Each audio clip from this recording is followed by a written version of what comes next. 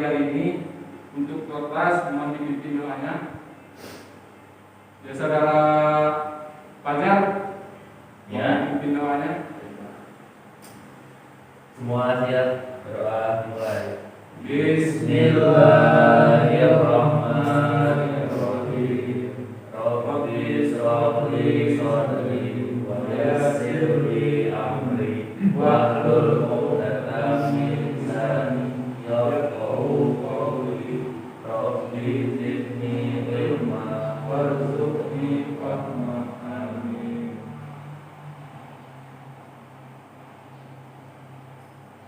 Oke.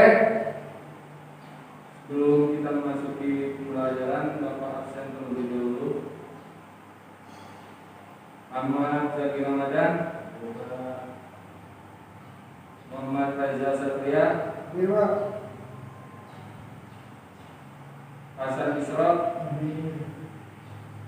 Muhammad Haji Andrianto, Fajar Rahman, hadir semua ya. Hadir Pak, semuanya hadir Pak. Oke, hari ini kita akan membahas mengenai menghindari alat tercela. Di pertemuan minggu kemarin sudah kita bahas ya. Namun hari ini Bapak akan membahas sesuai materi yang telah Bapak kirim tadi di grup WA. Menghindari alat tercela atau alat mazmumah. Sebelum kita masuki pembahasannya, di sini ada yang tahu apa yang dimaksud dengan alat tercela atau alat mazmumah?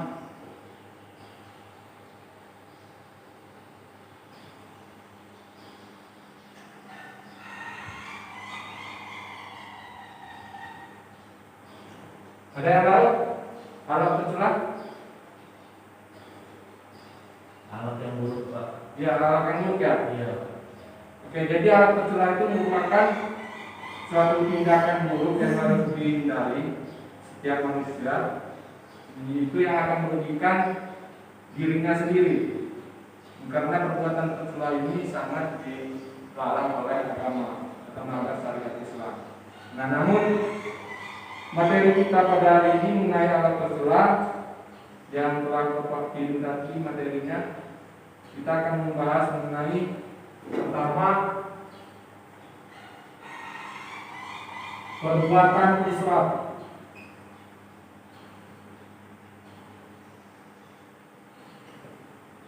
Terus perbuatan tabzir.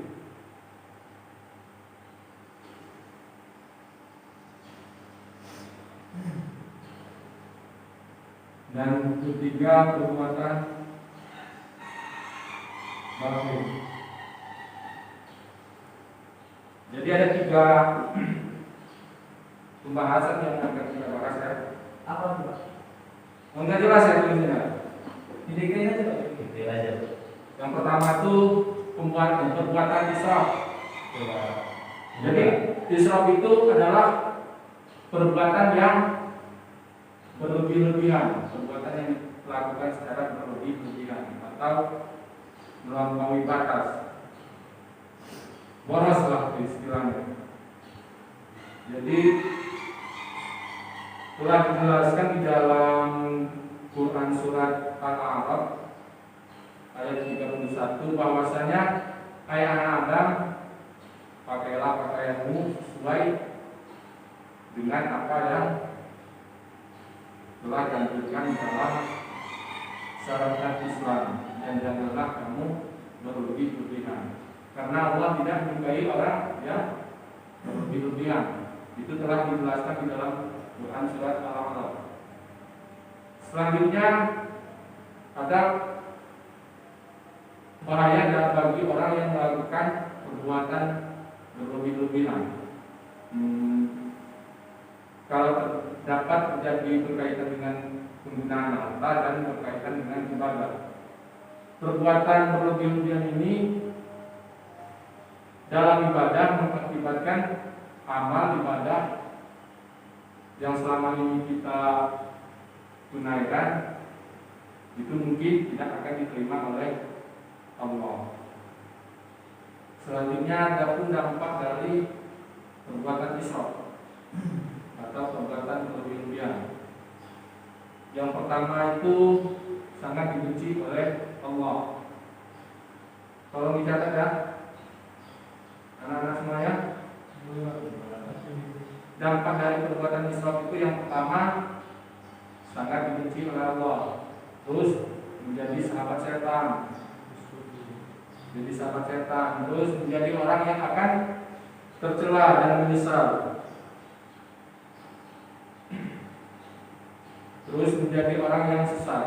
Jadi maka di dalam kehidupan jangan sampai kita menggunakan harta yang berlebih-lebihan. Kalau kita mempunyai harta yang cukup, maka gunakan harta itu sebaik mungkin. Kalau bisa berbagi sesama. Lebih baik digunakan dengan perbuatan yang positif. Itu tadi penjelasan dari perilaku israf. Terus yang kedua kita akan membahas mengenai perbuatan tabdzir. Ada yang tahu apa yang dimaksud dengan tabdzir? Jadi tabdzir ini masih ada kaitannya dengan israf, bahwasanya tabdzir itu menghambur-hamburkan harta untuk sesuatu yang tidak diperlukan dan tidak bermanfaat, atau yang dimaksud dengan mubazir. Itu bagian dari namanya setan, perbuatan mubazir. Nah, ada pun beberapa tindakan yang tergolong sebagai perbuatan tabdzir. Dia melakukan tindakan, tetapi itu tergolong sebagai perbuatan tabdzir. Nah, salah satunya membantu orang lain dalam kemaksiatan. Contohnya memberi sumbangan atau sokongan kepada orang untuk membeli minuman keras, minuman keras. Terus mengkonsumsi makanan yang tidak ada manfaatnya dan membahayakan. Itu salah satu dari tindakan yang tergolong sebagai perbuatan tabdzir. Dan orang-orang yang bersedekah tetapi tidak ikhlas, maka dari itu jika kita ingin bersedekah, walaupun nilainya tidak banyak, tetapi ikhlasnya yang terpenting. Terus merayakan hari raya Lebaran dengan berlebih-lebihan, dan selanjutnya merayakan pesta pernikahan dengan berlebih-lebihan, tidak sesuai syariat Islam. Sekarang banyak kalau nikah harus mengadakan resepsi yang besar-besaran.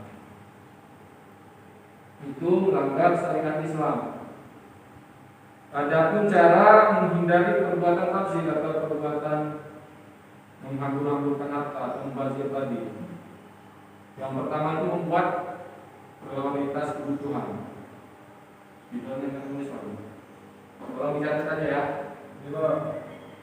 Selanjutnya bersikap lebih dewasa dalam memutuskan masalah. Itu salah satu cara menghindari perbuatan tabdzir. Mendekatkan diri kepada Allah, jangan menjauhkan. Selanjutnya itu tadi penjelasan tentang perbuatan tabdzir. Nah, yang terakhir ini perbuatan bakhil. Apa yang dimaksud dengan perbuatan bakhil? Ada yang tahu? Perbuatan jahat, Pak. Jahat. Ya, perbuatan jahat. Ya, terus ada lagi? Ya, bakhil. Perbuatan nakal, Pak. Kikir, perbuatan kikir. Oh, iya. Menahan harta, ya. Oh, Jadi bakhil itu menahan harta yang seharusnya dikeluarkan untuk orang lain. oh. Jadi yang dimaksud bakhil itu kikir, pelit. Oke. Kalau mempunyai harta jangan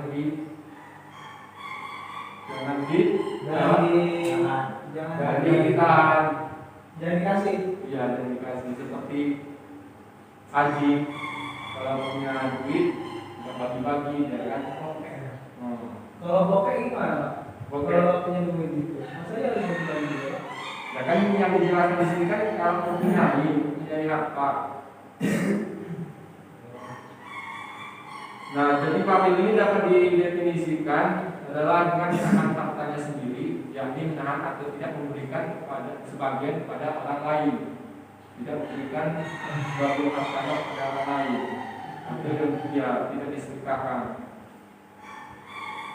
Adapun dalil yang melarang perbuatan bakhil diantaranya di dalam Quran surat Al-Isra 29 sampai 30 yang artinya, dan janganlah kamu jadikan tanganmu terbelenggu pada lehermu, dan janganlah kamu terlalu mengulurkannya, karena itu kamu menjadi tercela dan berdosa.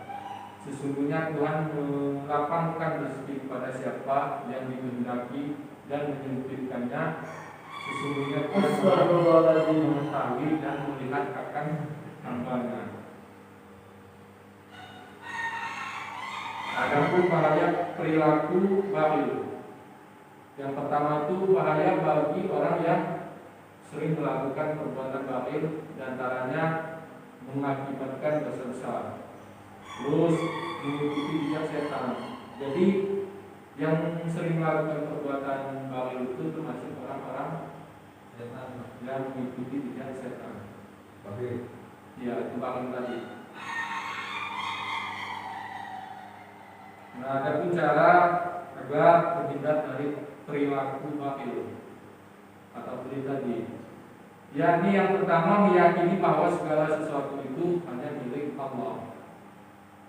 Jadi ketika seseorang telah merasa bahwa segala sesuatu itu milik Allah, maka dia tidak merasa memiliki terhadap benda atau harta yang diberikan.